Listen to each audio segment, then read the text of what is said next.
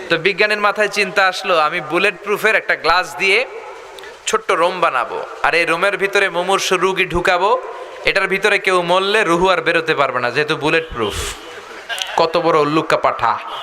নাহমাদুহু ওয়া নাস্তাঈনুহু ওয়া নাস্তাগফিরুহু ওয়া নু'মিনু বিহি ওয়া নাতাওয়াক্কালু আলাইহি ওয়া নাউযু বিল্লাহি মিন শুরুরি আনফুসিনা ওয়া মিন সাইয়্যাতি আ'মালিনা মান ইয়াহদিহিল্লাহু ফালা মুদিল্লা লাহু ومن يضلل فلا هادي له أي فلن تجد له وليا مرشدا ونشهد أن لا إله إلا الله وحده لا شريك له والذي لا ضد له ولا ند له لا مثل له ولا مثيل له لا وزير له ولا كفيل له لا شبه له ولا شبيه له لا ولد له ولا والد له وهو الواحد الفرد الصمد لم يلد ولم يولد ولم يكن له كفوا أحد ونشهد أن سيدنا ونبينا وحبيبنا وبشيرنا ونذيرنا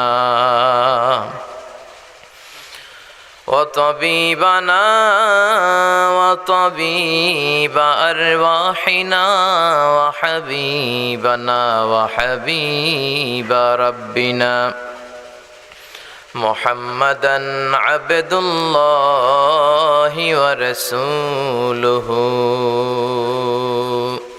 أرسله بالحق بشيرا ونذيرا وداعيا إلى الله بإذنه وسراجا منيرا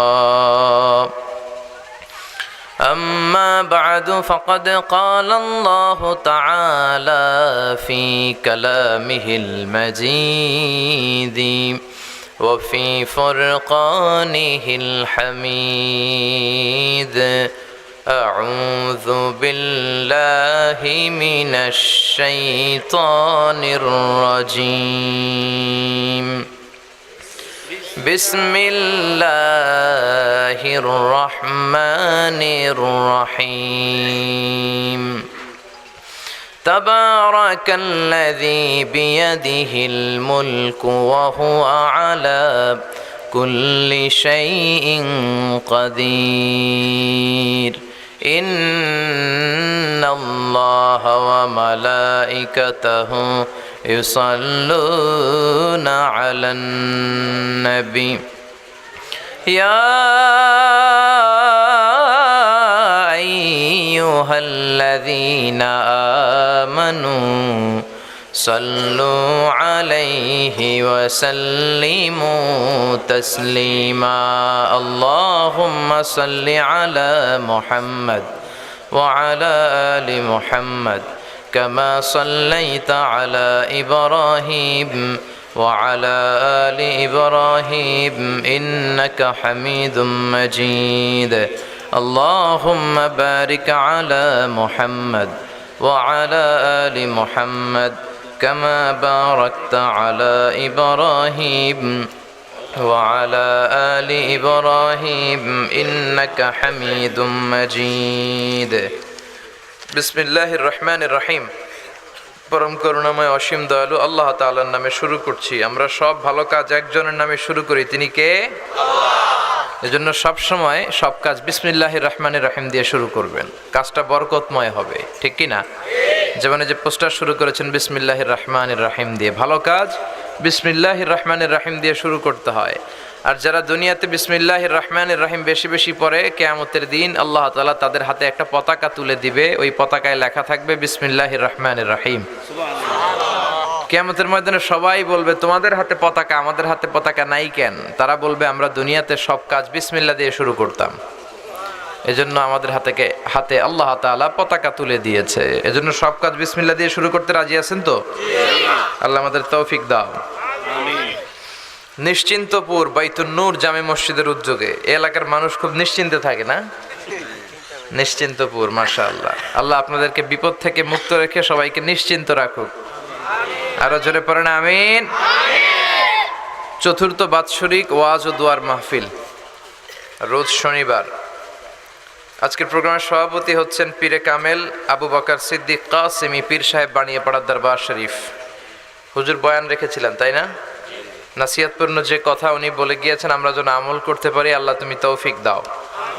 আমাকে রেখেছেন প্রধান বক্তা, আপনাদের শুকরিয়া জানাই। প্রধান আকর্ষণ রেখেছেন মুফতি জসিমউদ্দিন আশরাফি সাহেব, মুহতামি মাদ্রাসায়ে নূর মদিনা কুমিল্লা। আরও কথা বলেছেন মাওলানা নজির আহমদ সাহেব। যারাই বিকেল থেকে এই রাত পর্যন্ত কথা বলেছেন, কথা শুনেছেন, আল্লাহ সবাইকে কবুল করুক, এই মাহফিলটাকে আমাদের নাজাতের ওসিলা বানাক। আজকের প্রোগ্রামের প্রধান অতিথি আলহাজ আবু মুসা মজুমদার সাহেব, চেয়ারম্যান 4 নং মহিচাইল ইউনিয়ন পরিষদ। উনিও আমার নানা। হ্যাঁ, আজকে নানা নাতির খেলা, শুধু নানা আর নাতি। আপনাদের চেয়ারম্যান সাহেব অত্যন্ত ভালো মানুষ, আল্লাহ আমার চেয়ারম্যান নানাকে কবুল করুক। আবার মাধাইয়া ইউনিয়নের নানাও আছে, ওয়াহিদ নানা। 2 নানা 2 দিকে, মাঝখানে নাতি, বড় লোকের হাতি আর গরিবের নাতি। আল্লাহ 2 নানাকে ইসলামের জন্য কবুল করো। এই নানা আলহামদুলিল্লাহ ইসলাম দিয়ে চেহারাটাকে সাজিয়েছে, এই নানাও সাজাবে ইনশাআল্লাহ। আগামী বছর মাহফিল আইলে দেখবেন এটা সাজানো। আগামী বছরের মাহফিল আসতে আসতে আমার এই নানাও ইসলাম দিয়ে চেহারাটাকে সাজায় ফেলবে ইনশাআল্লাহ। জি জি নানা, ইসলামের জন্য পাগল, মাহফিল যেখানেই আছে ওইখানেই ছুটে যায়। এত বছর যাবত ওনার বাসায় ডিশের লাইন নাই, টেলিভিশন নাই, নাচানাচি নাই, দুম্মা চলে দুম নাই।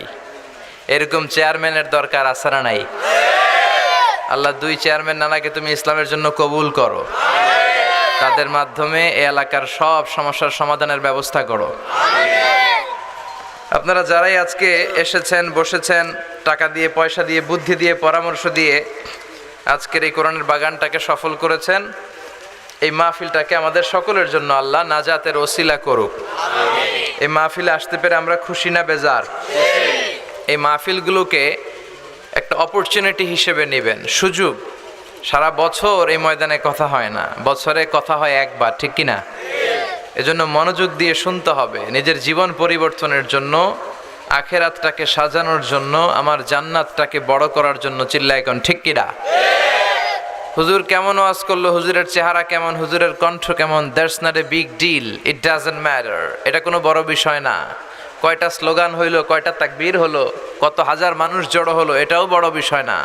বড় বিষয় হচ্ছে আখিরাতের জন্য আমি ভালো ভালো কিছু শিখে যেতে পারলাম কিনা, ঠিক কিনা? অনুসারী, শ্রোতা আর লোক সংখ্যা বেশি হলেই যে মাহফিলটা কবুল, এটা আল্লাহর কাছে নাও হতে পারে, ঠিক কিনা? হয়তো 4-5 জন মাত্র উপস্থিত ছিল, তাদের নসিবে ও হেদায়েত জুটে যেতে পারে। In the day of judgement, কিয়ামতের দিন, এমনও অনেক নবী দাঁড়াবে, তার সাথে মাত্র 100 জন উম্মত দাঁড়াবে। নবীর উম্মত মাত্র 100 জন। কয়জন? কোন নবী দাঁড়াবে, তার সাথে মাত্র 10 রিজাল, 10 জন উম্মত। এমনও অনেক নবী দাঁড়াবে মাহু রজুলান, তার মাত্র 2 জন উম্মত। উম্মত 2 জন, নবী 1 জন।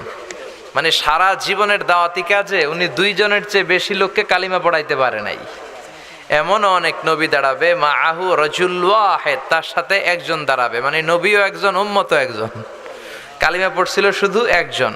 ওয়াফিহি নাবিয়্যুন লাইসা লাহু আতবা, এমনও অনেক নবী দাঁড়াবে তার কোনো উম্মতি নাই। মানে সারা জীবন উনি দাওয়াত দিতে দিতে, মায়ের খাইতে খাইতে নবী মরে গেছে, বাট কেউ কালেমা পড়ে নাই। এরকম নবীও আছে না নাই? ওই নবীও দাঁড়াবে।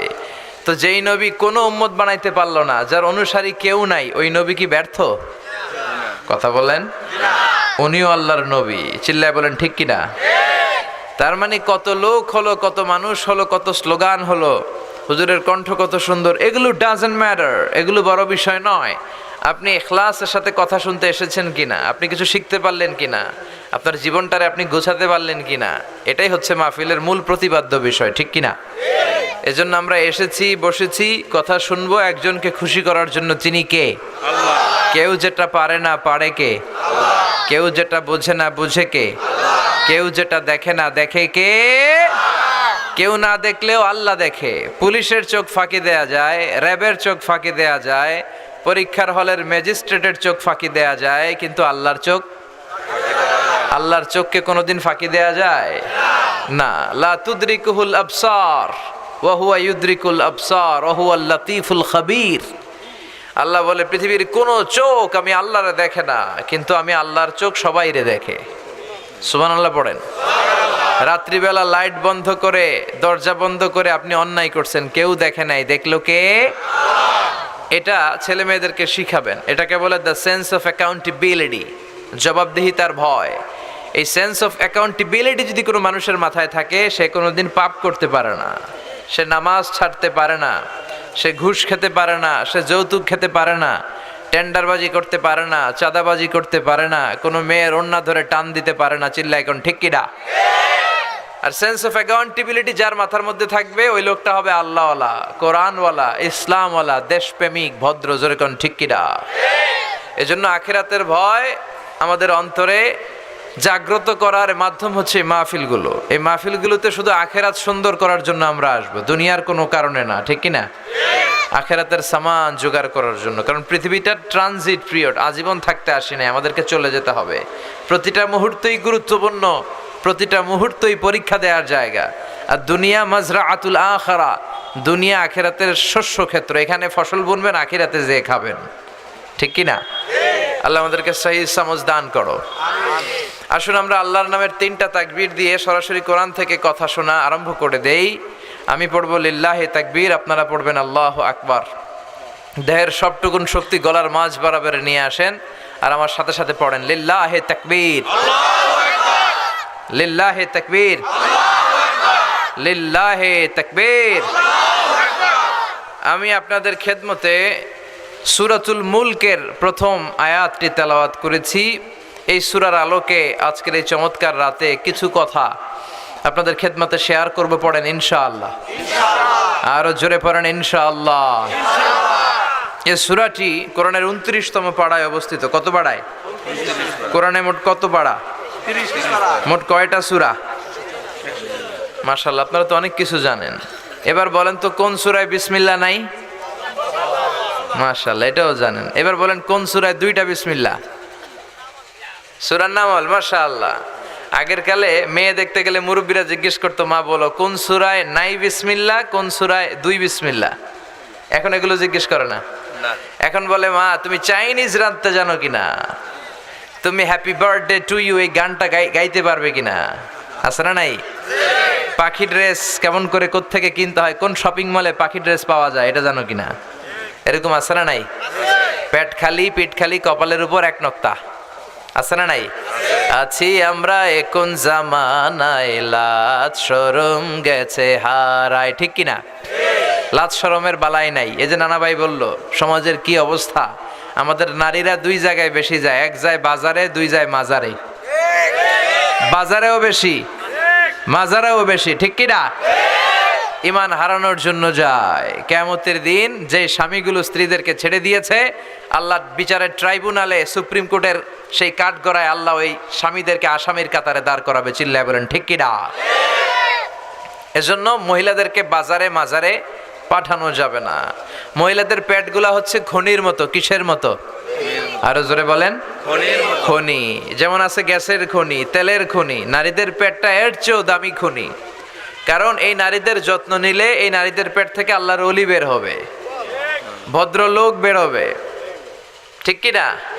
আর যদি এই নারীকে ইসলাম না শিখান, কোরআন না শিখান, এদের পেট থেকে টেন্ডারবাজ বেরোবে, বেরোবে চাঁদাবাজ, পিচ্চি হান্নান, কালা জাহাঙ্গীর আর লতিফ সিদ্দিকির মতো আউলা জাউলা মন্ত্রী, ঠিক কিনা? কি বলতে যায় কি বলে নিজেও জানে না, এরকম আছে না নাই? এজন্য নারীদের যত্ন নিবেন, নারীদের গুরুত্ব সবচাইতে বেশি দিবেন। এই মহাবিশ্বে যা কিছু সুন্দর, চিরকল্যাণকর, অর্ধেক তার করিয়াছে নারী, অর্ধেক তার নর। এজন্য নারীদেরকে বিশ্বনবী বলেছেন রিফকাম বিল কাওয়ারির, কাচের গ্লাসের সাথে তুলনা করেছেন। কাচের গ্লাস আস্তে ধরতে হয়, আস্তে রাখতে হয়, আস্তে ধুইতে হয়। কাচের গ্লাস যখন আপনি শ্যাম্পু দিয়ে ধুবেন, সাবান দিয়ে ধুবেন, জোরাজুরি করে ধোয়া যাবে? সফটলি, স্মুথলি, খুব ধীর গতিতে ধরতে হয়, রাখতে হয়। তাড়াহুড়ো করলে ভেঙে যাবে। এজন্য নারীদের সাথে তাড়াহুড়ো নাই, কোমল ভাষায় আচরণ করবেন। নারীদের সাথে ভালো আচরণ করলে নারীরা কথা শুনবে, আর ধমক দিলে আরো 3 ধমক দিয়া আপনার উপরে পড়বে, ঠিক কি না? এজন্য রাব্বুল আলামিন বলেন, হুন্না লিবাসুল লাকুম ওয়া আনতুম লিবাসুল লাহুন্না। নারীরা তোমাদের পোশাক, আবার তোমরাও নারীদের পোশাক। সুবহানাল্লাহ। নারীদেরকে আল্লাহ তাআলা পোশাকের সাথে তুলনা করলেন। এই পোশাক পরার কারণে আমরা আমাদের লজ্জাস্থানকে হেফাজত করতে পেরেছি, আমাদের ঈমান বাঁচাতে পেরেছি, ঠিক কি না? তেমনি ভাবে একজন স্বামী তার স্ত্রীর ঈমান বাঁচায়, একজন স্ত্রী তার স্বামীর ঈমান বাঁচায়। কারণ বিয়ের এই পবিত্র বন্ধন, জান্নাতি বন্ধন যদি দুনিয়াতে না থাকতো, আমরা সবাই ব্যভিচার করার জন্য বাধ্য হতাম, ঠিক কি না? মানুষগুলো ব্যভিচার করত, জিনা করত, আর যারও সন্তান জন্মাতো। আল্লাহ বিয়ের মতো একটা নেয়ামত আমাদেরকে দান করলেন। এজন্য বিশ্বনবী বলেন, নিকাহ মিন সুন্নতি ফামান রাগিবা আন সুন্নতি ফালাইসা মিন্নি। বিয়ে করা আমি বিশ্বনবীর সুন্নাত, যে বিয়ে করাটারে পছন্দ করে না, সে আমি নবীর উম্মত হতে পারে না। আবার বিশ্বনবী বললেন, আরবাউন মিন সুনানিল মুরসালিন, 4টা সুন্নাত যেটা সব নবীরা পালন করেছে। আল্লাহু আকবার। 1 নম্বরে আল খেতান, সব নবীরা সুন্নাতে খাতনা করেছে। 2 নম্বরে আন নিকাহ, সব নবীরা বিয়ে করেছে। 3 নম্বরে আল উতুর, সব নবীরা আতর মেখেছে। 4 নম্বরে আসওয়াক মানে মেসওয়াক, বিশ্বের সব নবীরা মেসওয়াক করেছে। সুবহানাল্লাহ। এজন্য নারীদের সাথে কোমল হবেন, ভালো আচরণ করবেন। বিষ্ণু বলেছেন, আর দুনিয়া কুল্লুহা মাতা ওয়া খায়রু মাতা'আদ দুনিয়া আল মারআতু সালিহা। এই পৃথিবীতে যা দেখো সব সম্পদ, জমি জমা, গরু ছাগল, ব্যাংক ব্যালেন্স, বিল্ডিং, প্রাসাদ, সব সম্পদ। আর এই সব সম্পদের মধ্যে সবচেয়ে দামি সম্পদ হচ্ছে নেককার নারী। সুবহানাল্লাহ কইতে পারলেন না? এই জন্য নারীদের যত্ন নেবেন। আগে জিজ্ঞেস করা হতো, মা বলো কোন সূরায় নাই বিসমিল্লাহ, কোন সূরায় 2 বিসমিল্লাহ। এখন এগুলো নাই। এজন্য ইসলামিক সাধারণ জ্ঞান আমাদেরকে বাড়াতে হবে। আমরা 29 পারার সূরাতু আল মুলক দিয়ে শুরু করেছি।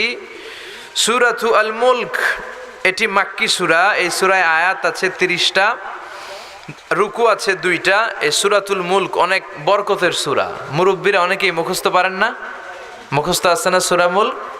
এটা অনেক বরকতপূর্ণ সূরা। কোরআনের সব সূরাই বরকতপূর্ণ, কিন্তু এর মধ্যে সূরাতুল মুলকের জন্য আলাদা কিছু স্পেশাল বরকত আছে না নাই? বিষ্ণু বললেন, ইন্না হাযিহি সূরা মানিআতুন মিন আযাবিল কবর। এই সূরাটা এমন সূরা, যে ব্যক্তি এই সূরা তেলাওয়াত করবে, রব্বুল আলামিন তাকে কবরের আযাব থেকে বাঁচায়া দিবে। কবরে আমাদেরকে যাওয়া লাগবে কি লাগবে না? কবরের আযাবের কথা কি বিশ্বাস হয়?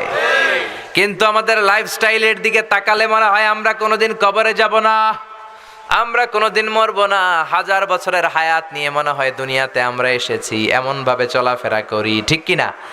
একদিনে মাটির ভেতরে হবে ঘর, রে মন আমার কেন বাঁধো দালান ঘর, রে মন আমার কেন বাঁধো দালান ঘর, ঠিক কি না?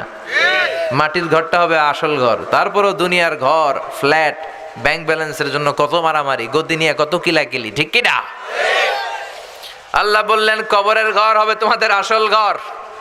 দুনিয়ার ক্ষণিকের জীবনের পাওয়ার নিয়ে, ক্ষমতার দাপট নিয়ে, চেয়ার নিয়ে, বিল্ডিং নিয়ে, জমি জমা নিয়ে কিলাকিলি করো না। আখেরাতের সামান গুছাও, আখেরাতটারে সুন্দর করে দিবে কে? কাউরে যদি জিজ্ঞেস করি, ভাই এই বাড়িটা কার বাড়ি? কয়, হুজুর আমার বাড়ি। আপনার বাবাও যখন এই বাড়িতে থাকতো উনিও কইতো আমার বাড়ি। আপনার দাদা যখন থাকতো উনিও বলতো আমার বাড়ি। আপনি মরে গেলে আপনার ছেলে বলবে আমার বাড়ি, নাতি বলবে আমার বাড়ি, সবাই কয় আমার বাড়ি।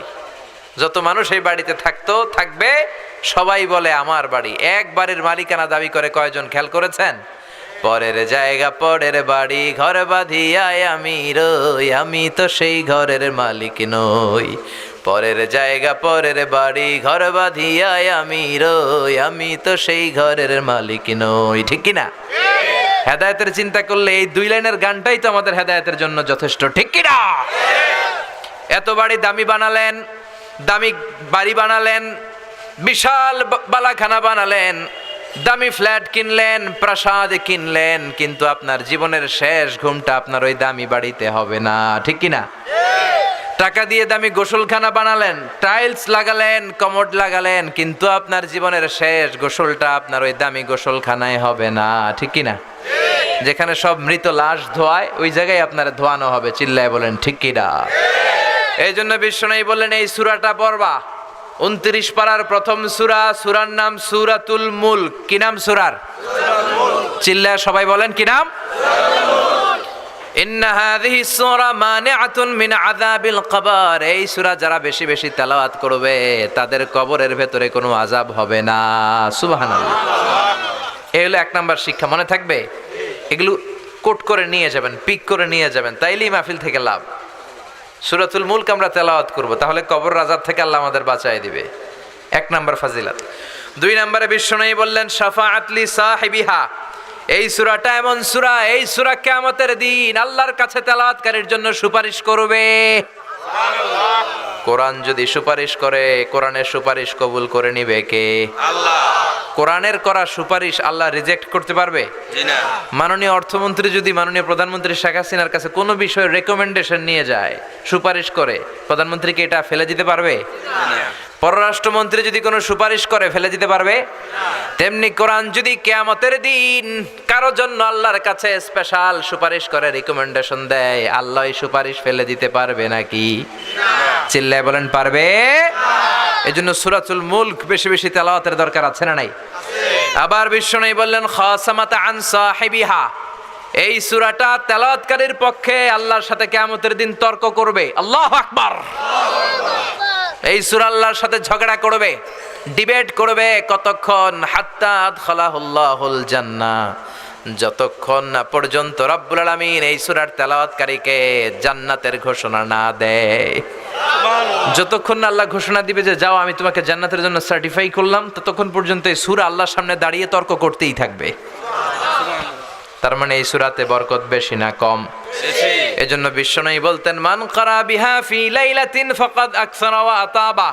রাত্রি বেলা যে ব্যক্তি এই সূরাটা বেশি বেশি তেলাওয়াত করবে, তেলাওয়াতকারীর আমলনামাটাকে সওয়াব দিয়ে পরিপূর্ণ করে দিবে কে? আল্লাহ। এখন যে সূরা মুলকের তেলাওয়াত তাফসীর আমরা শুনতেছি, এখন দিন না রাত? আমাদের আমলনামাও সওয়াব দিয়ে পূর্ণ করে দিবে কে? আল্লাহ। এজন্য বিশ্বনবী বলতেন আমি চাই আমার প্রতিটা উম্মতের হৃদয়ে এই সূরাতুল মুলক গাথা থাক। আমি নবী চাই আমার সব উম্মতের হৃদয়ে এই সূরাটা মুখস্থ থাক। আল্লাহু আকবার। এজন্য এই সূরাটা মুখস্থ করার দরকার আছে না নাই? এই যে আরেকটা সবক পাইলেন যে সূরাতুল মুলক মুখস্থ করতে হবে। রাজি আছেন? মাত্র 30টা আয়াত। কয়টা? 1 মাসে কয় দিন? নিশ্চিন্তপুরে কয় দিন? এদিকেও 30 দিন। তো প্রতিদিন যদি একটা করে আয়াত মুখস্থ করেন, পুরো সূরাটা কভার করতে, হেফজ করতে লাগবে কয় দিন? সবাই মুখস্থ করবেন? নানারা আপনারাও করবেন? আপনারাও করবেন? আপনারা চেয়ারম্যান, জনগণ সবাই মিলে মুখস্থ করবে এই সূরা। জনপ্রতিনিধি, জনগণ সবাই মিলে। রাজি আছেন তো? এটা আপনাদের হোমওয়ার্ক, বাড়ির কাজ। বাড়ির কাজ দিয়ে গেলাম, মুখস্থ হইলে ইমাম সাহেবরা শোনাবেন। রাজি আছেন? রাজি আছেন? This Surah is an eye opener for you. এই সূরা আপনার দৃষ্টিকে খুলে দিবে, আপনার ঘুমন্ত বিবেককে জাগিয়ে তুলবে, আপনার মধ্যে একটা পরিবর্তন নিয়ে আসবে। বিশেষ করে আল্লাহ তাআলা নাস্তিকদের জন্য এই সূরার ভিতরে কিছু ডোজ দিয়েছেন। যারা বলে আল্লাহ বলতে কিছু নাই, স্রষ্টা বলতে কিছু নাই, there is no creator in this world, পৃথিবীতে নাকি কোনো স্রষ্টা নাই, সব নাকি এমনি এমনি হয়েছে, এরকম কিছু কথা বলে, এরকম উল্লুক্কা পাঠা আছে না নাই? আল্লাহ বলে আমার সৃষ্টির দিকে তাকা, আমার সৃষ্টির ভেতরেই আমি আল্লাহর নিদর্শন আছে না নাই? পাহাড়ের দিকে তাকা, সাগরের দিকে তাকা, ঝর্ণার দিকে তাকা, বুঝতে পারবি এই ঝর্ণারও একজন মালিক আছে না নাই?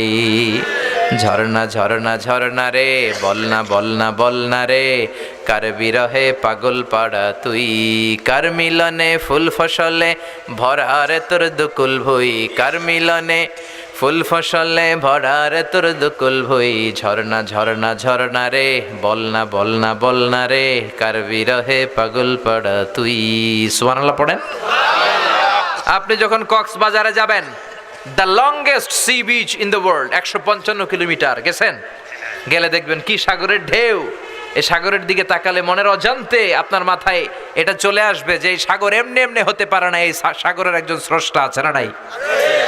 আপনি যদি বাংলাদেশের সবচেয়ে বড় পাহাড় ময়মনসিংহের গারো পাহাড়ে যান, কিংবা বান্দরবানের তাজিং ডং বিজয়, চিম্বুক পাহাড়, কেউকারাডাঙ্গে যান, পাহাড়গুলো দেখলে বুঝবেন এই পাহাড়েরও একজন মালিক আছে না নাই? আপনি যদি সৌদি আরবের মরুভূমিতে যান, আফ্রিকার সারা মরুভূমির মাঝখানে যেয়ে দাঁড়ান, আপনি বুঝবেন মরুভূমির একজন মালিক আছে না নাই? আপনি খেয়াল করলে, চিন্তা করলেই আপনার মন আপনাকে সায় দিবে এই মহাবিশ্ব, এই বসুন্ধরা, এই চমৎকার পৃথিবী এমনি এমনি হতে পারে না। এই পৃথিবীর একজন স্রষ্টা আছে না নাই? আর সেই স্রষ্টার নাম কি? কিন্তু নাস্তিকরা বলে আনসিন ইজ নাথিং, যেটা দেখি না ওইটা বিশ্বাস করি না, বলে না? কিন্তু অনেক জিনিস তারা দেখে না কিন্তু বিশ্বাস করে, আছে না নাই? বাতাস দেখা যায় কি যায় না? এখানে বাতাস আছে না? বাতাস না থাকলে এই যে আমরা ব্রেথ ইন করি, ব্রেথ আউট করি, শ্বাস নেই শ্বাস ছাড়ি, বাতাস না থাকলে শ্বাস নেওয়া যেত? তার মানে এখানে বাতাস আছে না নাই? কিন্তু আমরা দেখি। নাস্তিকরা কি বাতাস বিশ্বাস করে না? কিন্তু প্রথমে কইছে যেটা দেখি না ওইটা মানি না, কিন্তু বাতাস মানে, ঠিক কি না? Do you see the air in the atmosphere? নাস্তিক পাইলে জিজ্ঞেস করবেন তুমি কি বায়ুমণ্ডলের বাতাস দেখো? সে বলবেন no. Then you ask him so why do you believe on that? তাহলে তুমি বিশ্বাস করো কেন? কেন বিশ্বাস করো? Do you see the bad headache someone feel in his head? কেউ যখন মাথায় ব্যথা পায় তুমি কি এটা দেখতে পাও? অনেকে এসে বলে হুজুর আমার প্রচন্ড মাথায় ব্যথা, একটু দোয়া পরে ফু দিয়ে দেন, বলে না? তো লোকটা যে মাথার ব্যথায় মরে যাচ্ছে আমি কি দেখি? কিন্তু মাথা ব্যথা আমরা বিশ্বাস করি কি করি না? নাস্তিকেরা এরকম হাজার জিনিস দেখে না কিন্তু বিশ্বাস করে। এজন্য আল্লাহ বলে গোলাম আমার সৃষ্টির দিকে তাকা, আমার সৃষ্টির ভেতরে আমি আছি না নাই? সূরাতুল মুলকের ভেতরে এরকম অনেকগুলো ডোজ দিয়েছে আল্লাহ নাস্তিকদের জন্য, মেডিসিন দিয়েছে। কি দিয়েছে? এজন্য নাস্তিকদের সাথে সূরা মুলক নিয়ে আপনারা ডিবেট করবেন। কুফা নগরীতে এক নাস্তিক ছিল, উল্লুকা পাঠা। সে বলে আমি আল্লাহরে মানি না, স্রষ্টা বলতে কিছু নাই। কেউ যদি আমারে বুঝায় দিতে পারে যে স্রষ্টা বলে একজন আছে, আমি তার হাতে বায়াত হয়ে আমি মুসলমান হয়ে যাব। কোন সুবহানাল্লাহ। কুফার লোকেরা বলল ইনদানা ইমাম ইসমুহু নু'মান ইবনে সাবিত, আমাদের একজন ইমাম সাহেব আছে নাম নু'মান ইবনে সাবিত। ওনার নাম নু'মান কিন্তু আসলে উনি ইমাম আল আযম আবু হানিফা। সুবহানাল্লাহ বলতে পারলেন না? সবাই বলে আমাদের ইমাম এমন ইমাম তোমারে বুঝায়া ছাড়বে। নাস্তিক বলে ডাক তোদের ইমামকে, তোদের ইমামের সাথে ডিবেট হবে আগামীকাল জুমার নামাজের পর 2টার দিকে ওই বিশাল ময়দানে ডিবেট হবে। হাজার হাজার মানুষ তর্ক দেখার জন্য এসেছে। ইমাম আযম আবু হানিফা আল্লাহর পক্ষে আর নাস্তিক হলো আল্লাহর বিপক্ষে, ঠিক কি না? হাজার হাজার মানুষ দেখতে এসেছে, দেখি কে জিতে যায়। হাজার হাজার মানুষ আসলো, নাস্তিক আসলো, আসে নাই ইমাম আবু হানিফা। কে আসে নাই? 2টা বাজে আসে নাই, 2:30 বাজে আসে না, 3টা আসে না, উনি আসছে 4টার দিকে, 2 ঘন্টা লেট, 2 আওয়ার্স লেট অলরেডি।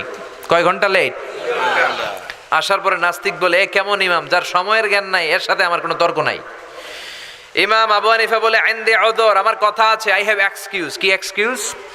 সেদিন ইমাম আবু হানিফা বললেন আমি ঘর থেকে বেরোলাম, প্রতিদিন নদী পার হয়ে আমরা আসি, আজকে ঘর থেকে বেরোয় দেখি নদীর সামনে নৌকা নাই, রাস্তায় কোনো মানুষ নাই, কেউ নাই। আমি হেঁটে হেঁটে নদীর কাছে যেয়ে দেখি নদীর পাশে বিশাল বড় গাছ। হঠাৎ দেখলাম এমনি এমনি গাছটা 2 ভাগ হয়ে গেল, এমনি এমনি গাছ থেকে তক্তা বের হয়ে গেল, করাত ছাড়া মিস্ত্রি ছাড়া এমনি এমনি গাছের তক্তাগুলো জোড়া লেগে নৌকা হয়ে গেল।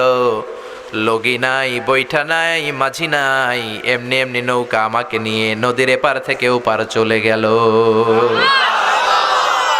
এই বিশাল প্রসেসিংটা হইতে 2 ঘন্টা আমার দেরি হয়েছে, তো এই জন্য আই এম লেট, আমার দেরি হয়েছে। নাস্তিক কয় তগো ইমাম ডাইল খাইছে, ডাইল, অথবা গত রাতে ঘুম হয় নাই, পাগলের মতো আবল তাবল বকে, প্রলাপ বকে। সৈয়দনা ইমাম আবু হানিফা বললেন এ কথা বলেন কেন? নাস্তিক বলে করাত ছাড়া গাছ কাটা যায় নাকি? এমনি এমনি গাছ কেটে যায় নাকি? এমনি এমনি তক্তা বেরোয় নাকি? এমনি এমনি তক্তাগুলো জোড়া লেগে নৌকা হয় নাকি? এমনি এমনি লগি নাই, বৈঠা নাই, এমনি এমনি মাঝি ছাড়া নৌকা চলে নাকি? ইমাম আবু হানিফা বললেন এই তো আপনি লাইনে চলে আসছেন, now you are on the right track, এখন আপনার বোঝানো আমার সহজ হবে। সৈয়দনা ইমাম আবু হানিফা বললেন এমনি এমনি তক্তা হয় না, এমনি এমনি গাছ কাটে না, এমনি এমনি মাঝি ছাড়া নৌকা চলে না। তাহলে এই আকাশটা কেমন করে এমনি এমনি হলো, জমিনটা কেমন করে এমনি এমনি হলো, পাহাড় পর্বত মহাবিশ্ব কেমন করে এমনি এমনি হলো। আল্লাহু আকবার।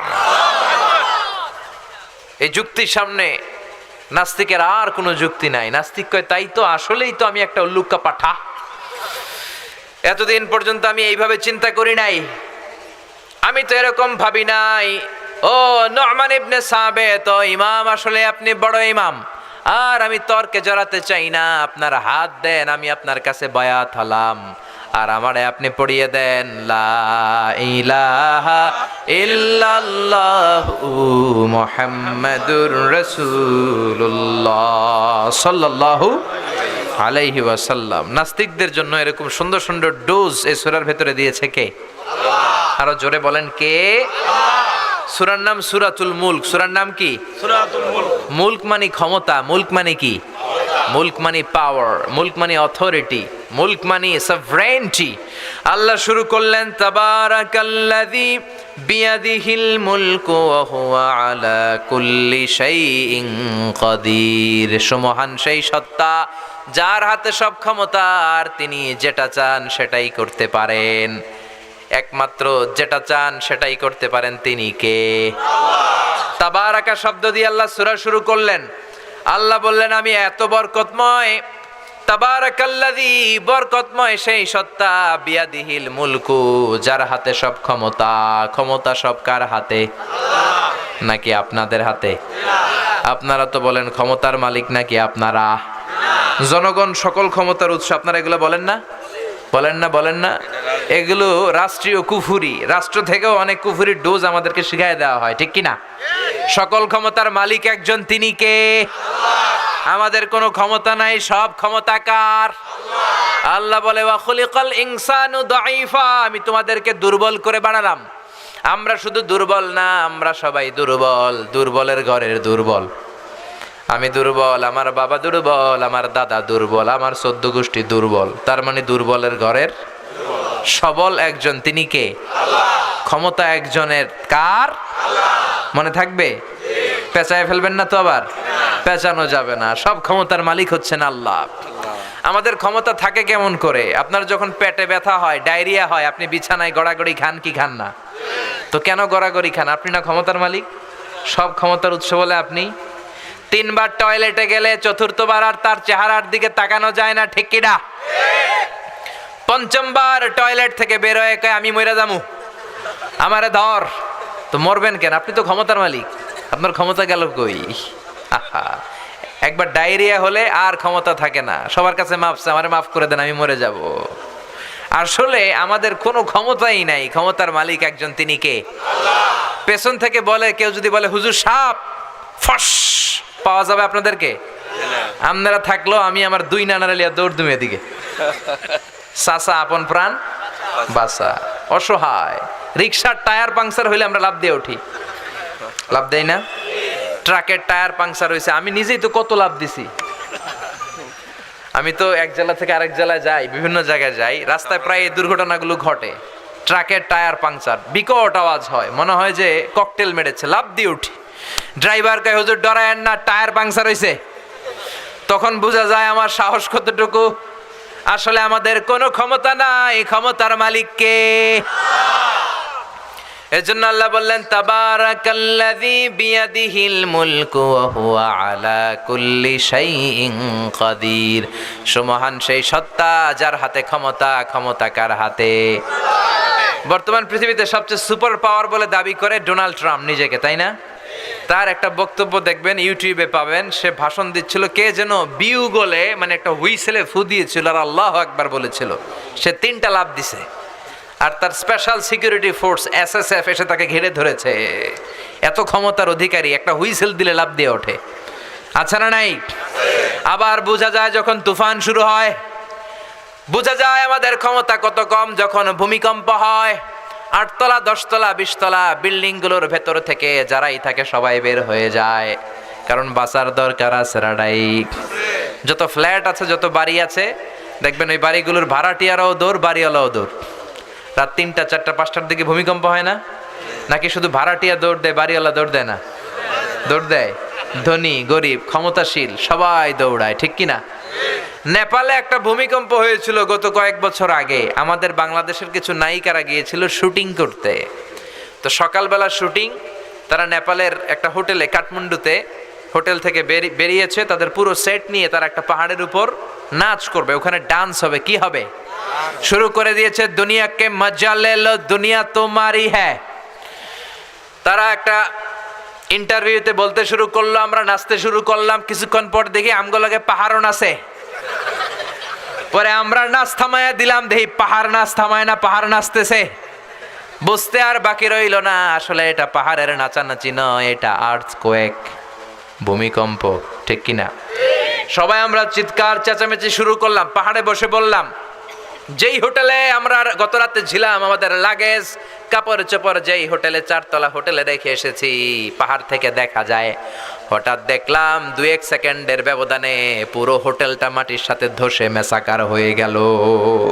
পুরো কাঠমান্ডু শহরটা কেঁপে উঠলো। পুরো কাঠমান্ডুর বড় বড় মূর্তিগুলো, এই 10টা হাত দিয়ে জিহ্বা বের করে থাকেন এইভাবে, এই মূর্তিগুলো বিভিন্ন জায়গায় ওরা সেট করে রেখেছে টুরিস্ট অ্যাট্রাকশন হিসেবে। সবগুলো মূর্তি ধপাস করে পড়েছে, নিজেরাই বাঁচতে পারে না, মানুষের বাঁচাবে কি? জোরে কোন ঠিক কিনা? একটা মূর্তির গায়ে যদি মাছি মশা এসে বসে, কেউ না তাড়ালে মূর্তি তাড়াতে পারে না, ঠিক কিনা? গোটা কাঠমান্ডু কেঁপে উঠলো।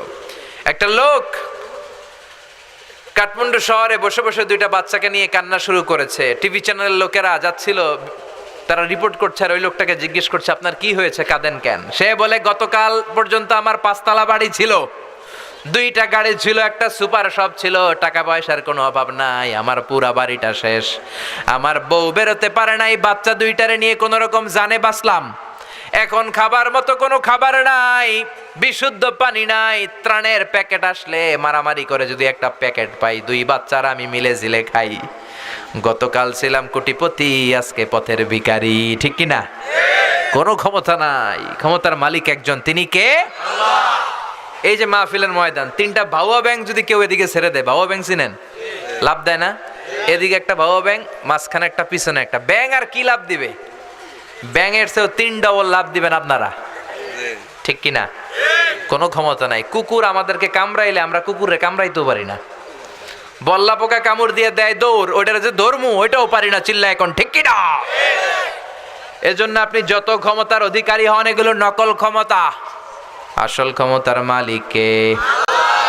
গত বছর আমাদের মাননীয় প্রধানমন্ত্রী একবার ওনার বিমান থেকে ল্যান্ড করতে পারছিলেন না, আধা ঘন্টা 1 ঘন্টা পরে ল্যান্ড করেছিলেন। বিমানের সমস্যা, 33টা চক্কর মেরেছে ওনার বিমান। ওনার স্পেশাল সিকিউরিটি ফোর্স এদেশের প্রিয় প্রধানমন্ত্রীকে যেয়ে বলল, মাননীয় প্রধানমন্ত্রী, উই ক্যান নট ল্যান্ড নাও, একটা সমস্যা হয়েছে, আপনি বিচলিত হবেন না, আমরা ট্রাই করে যাচ্ছি সলভ আউট করার, আমাদের বিমানের সমস্যা, যান্ত্রিক ত্রুটি, এখন আমরা নামতে পারতেছি না। 33টা চক্কর মেরেছে আকাশে। মাননীয় প্রধানমন্ত্রীকে তারা বললেন, আপনি শান্ত হয়ে বসেন। ও মিয়া, যখন মাননীয় প্রধানমন্ত্রী বিমানে বসা আর বলা হচ্ছে বিমানের সমস্যা, তখন মাননীয় প্রধানমন্ত্রী বসে বসে জিকির করছিল কার? আল্লাহ। জোরে বলেন, কার? আল্লাহ। তার মানে এত ক্ষমতা, তখন ক্ষমতা মিছে, চিল্লা এখন, ঠিক কিনা? তখন জান ভিক্ষা চাইতে হবে একজনের কাছে, তিনি কে?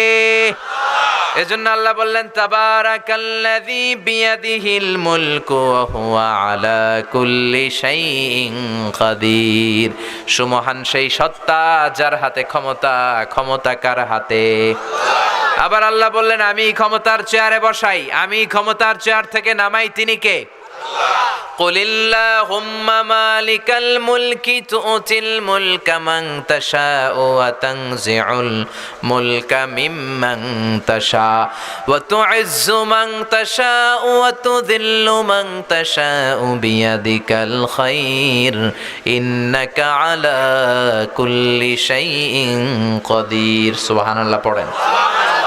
আল্লাহ বলে, আমি ক্ষমতার মালিক, আমি ক্ষমতায় বসাই, আমি ক্ষমতা থেকে নামাই। ডোনাল্ড ট্রাম্পকে আমেরিকার ক্ষমতায় বসালো কে?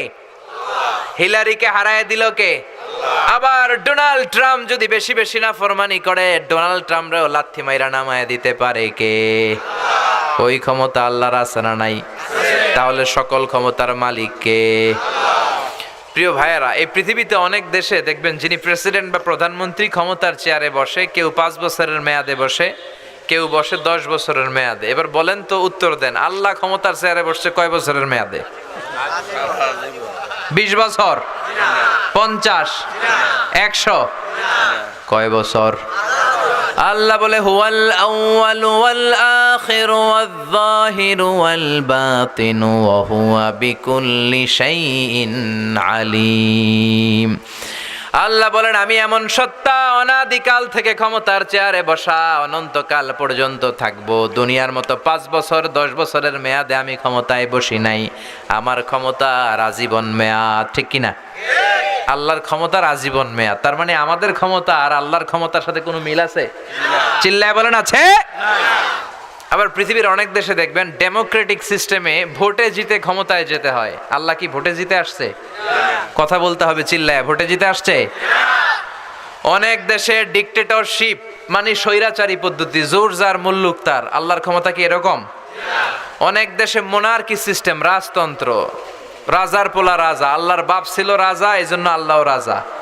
এরকম আল্লাহ বলে আমার ক্ষমতা এরকম না। কুল হুয়াল্লাহু আহাদু আল্লাহুস সামাদু লাম ইয়ালিদ ওয়া লাম ইউলাদ ওয়া লাম ইয়াকুল লাহু কুফুয়ান আহাদ। লাম ইয়ালিদ ওয়া লাম ইউলাদ, আমি আল্লাহ কাউরে জন্ম দেই নাই, কারো ঔরসে আমি আল্লাহ জন্ম নেই নাই, ঠিক কি না? পৃথিবীর শুরু থেকে আমি ক্ষমতার চেয়ারে বসে আছি, শেষ পর্যন্ত থাকবো। তিনি কে? আবার পৃথিবীর অনেক দেশে দেখবেন ক্ষমতায় যেতে হলে জোট করা লাগে, কোয়ালিশন করা লাগে। বাংলাদেশে জোটের রাজনীতি আছে না নাই? প্রথমে শুরু হইলো 60 দলীয় জোট, তারপরে 14 দলীয়, এরপরে 18 দলীয়, এরপর 20 দলীয়, এরপরে মহাজোট, এবার হবে মহাজোট, ঠিক কিনা? তো আল্লাহর ক্ষমতায় যাওয়ার জন্য কি জোট করা লাগছে? চিল্লায় বলেন, জোট করা লেগেছে? আল্লাহ বলে আমার ক্ষমতায় কেউ শরীক নাই। ওয়ালাম ইয়াকুল্লাহু শারীকুন ফিল মুলকি ওয়া কাব্বিরহু তাকবীরা। আমার ক্ষমতায় শরীক দল নাই, আমার ক্ষমতায় কোয়ালিশন নাই, আমার ক্ষমতায় কেউ জোট নাই। আমি একাই সব ক্ষমতার মালিক। চিল্লায় বলেন ঠিক কিনা? আবার পৃথিবীর অনেক দেশে দেখবেন জোর করে যিনি রাজা বা সুলতান বা প্রেসিডেন্ট বা প্রধানমন্ত্রী আন্দোলন করে তারে ক্ষমতার চেয়ার থেকে নামানো হয়। এরকম গণ অভ্যুত্থানের ইতিহাস পৃথিবীতে আছে না নাই? আমি মিশরে ছিলাম 5 বছর। মিশরে একটা আন্দোলন হলো, হুসনি মুবারক ছিল প্রেসিডেন্ট, সবাই মিলে এরা টাইনা নামাইছে। তা আমরাও যদি পৃথিবীর সবাই মিলে আল্লাহর বিরুদ্ধে একটা আন্দোলন করি, আল্লাহর টাইনা নামানো যাবে না? যাবে না? না, আচ্ছা। পৃথিবীতে যত জিন আছে, জিনেরা যদি বলে আমরাও মানুষের সাথে একাত্মতা ঘোষণা করলাম, আল্লাহরে আমরা মানি না, তাহলে তো আল্লাহ ক্ষমতা থেকে নেমে যাবে নাকি? ফেরেশতারাও যদি কয় আমরা মানি না, মানুষ জিন ফেরেশতা 3 দলীয় জোট, মানুষ জিন ভাই ভাই, আল্লাহর আর রক্ষা নাই, এরকম আন্দোলন করলে আল্লাহর ক্ষমতা শেষ? কথা বলবেন, আল্লাহর ক্ষমতা শেষ হবে? আল্লাহ বলে ওয়া আন্নাকুম গায়রু মুজিজিল্লাহ।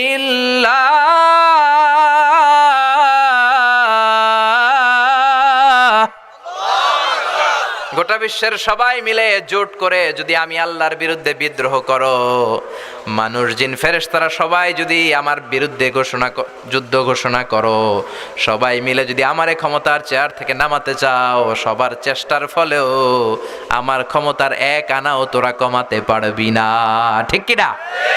এজন্য আল্লাহ বলে আমি ক্ষমতার মালিক, কোনোদিন ক্ষমতা থেকে নামবো না।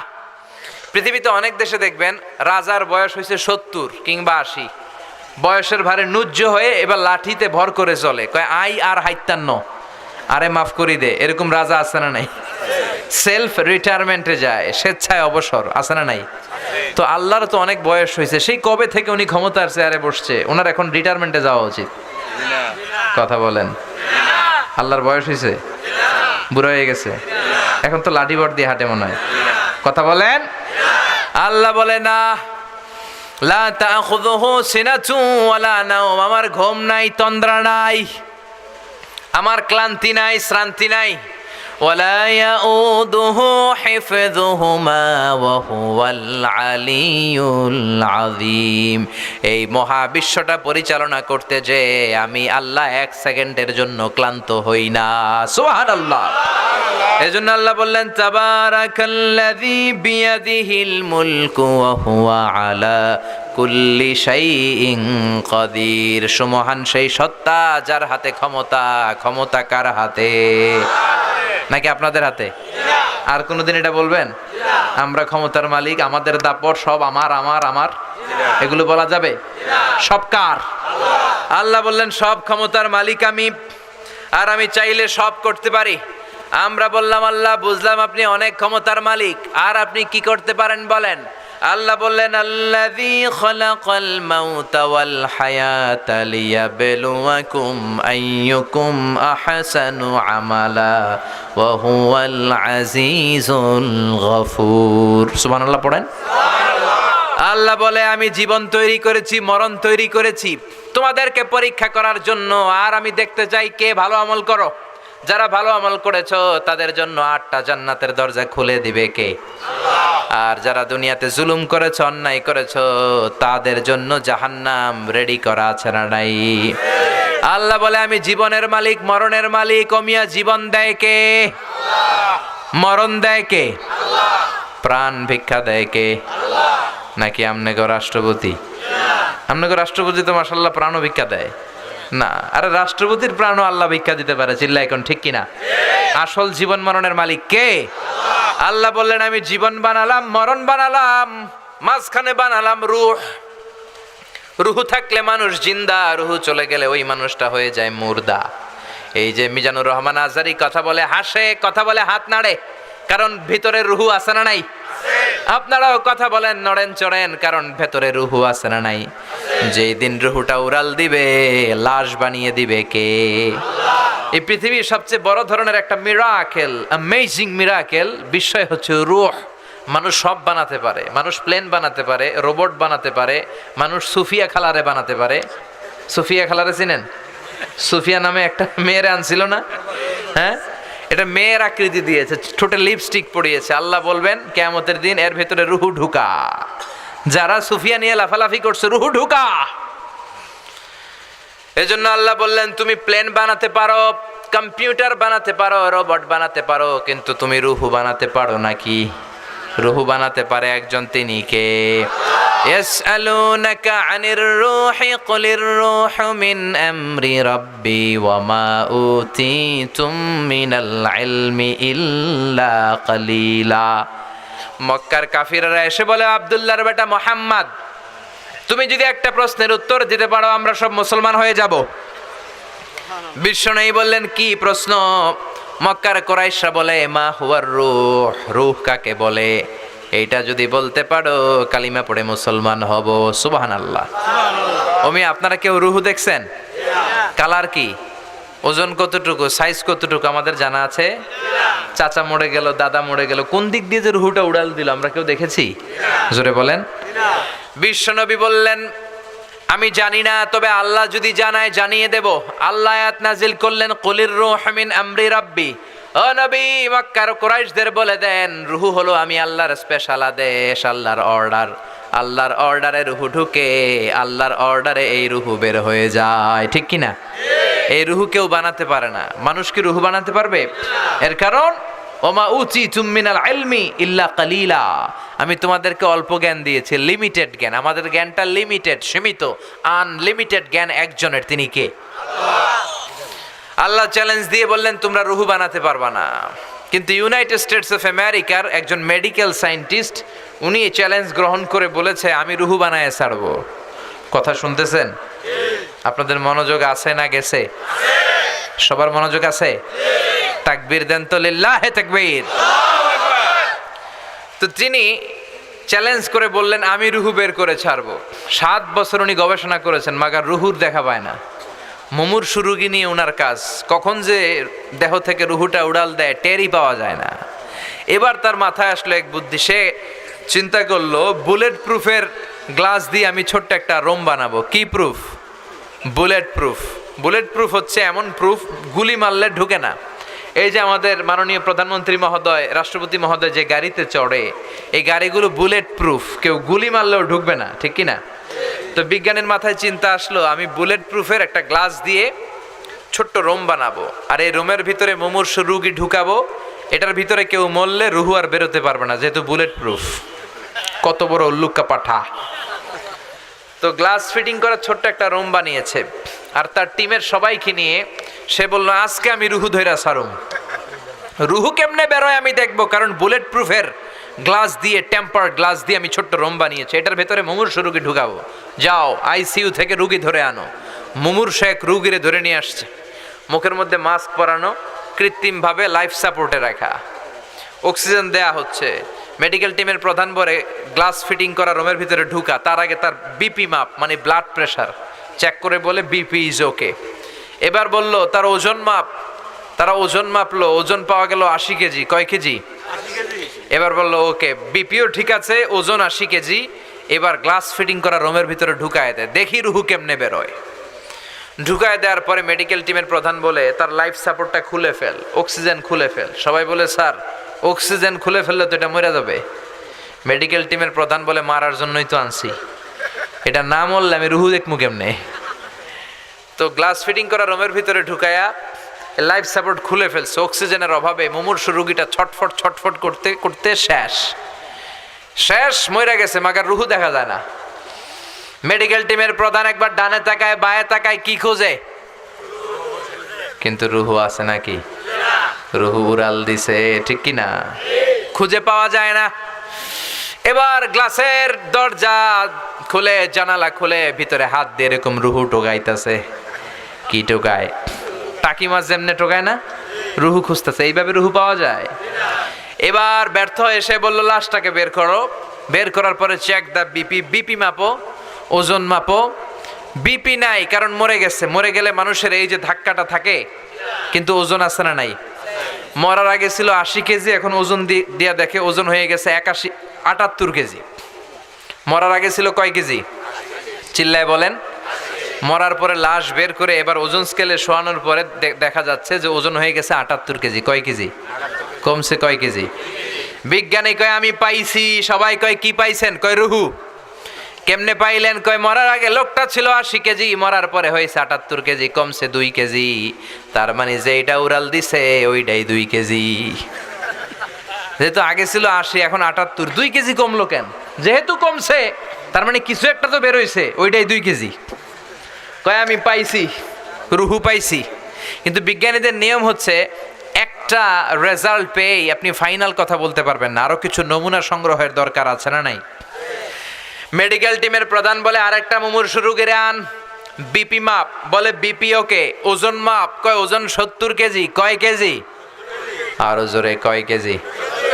বলে এইটারও ঢুকা। এটারও ঢুকায়া লাইফ সাপোর্ট খুলে ফেলছে। আইসিইউর যেই লাইফ সাপোর্টটা খুলে ফেলার কারণে অক্সিজেন নাই, এই লোকটাও অক্সিজেনের অভাবে খিচুনি দিয়ে মরে গেছে। এবারও রুহু খুঁজে পায় না। কয় লাশ বাইর কর। বের করার পরে বিপি মাপ, বিপি নাই। ওজন চেক কর, কয় ওজন হয়ে গেছে 71 কেজি। মরার আগে ছিল কয় কেজি? 70 কেজি। এখন হয়েছে, আগেরটাতে 2 কেজি কম ছিল, কোনোভাবে মিলানোর সুযোগ ছিল, ঠিক কিনা? কিন্তু এখনের যে এটা দ্বিতীয় লাশ, এইটা কমে নাই, এটারে বাড়াই দিছে কে? আল্লাহ বলে কিয়ামত পর্যন্ত এরকম বিপি মাপতে পারবি, কিয়ামত পর্যন্ত ওজন মাপতে পারবি, কিন্তু আমার তৈরি করা রুহু খুঁজে পাবি। ওমা উতিতুম মিনাল ইলমি ইল্লা কালিলা। কারণ মানুষকে আমি এত অল্প জ্ঞান দিয়েছি, এই অল্প জ্ঞান দিয়ে রুহু বের করা যাবে না, ঠিক কিনা? মানুষ মরে গেলে এক একজনের এক এক দশা। কারো হাত পা টাইট হয়ে যায়, দাঁতের মধ্যে খিচুনি লাগে, দেহের গ্যাসগুলো জমাট বেঁধে যায়, ওজন বেড়ে যায়, আর অনেকের শরীরটা ফেসফেসে হয়ে যায়, ছেড়ে দেয় এরকম, ঠিক কিনা?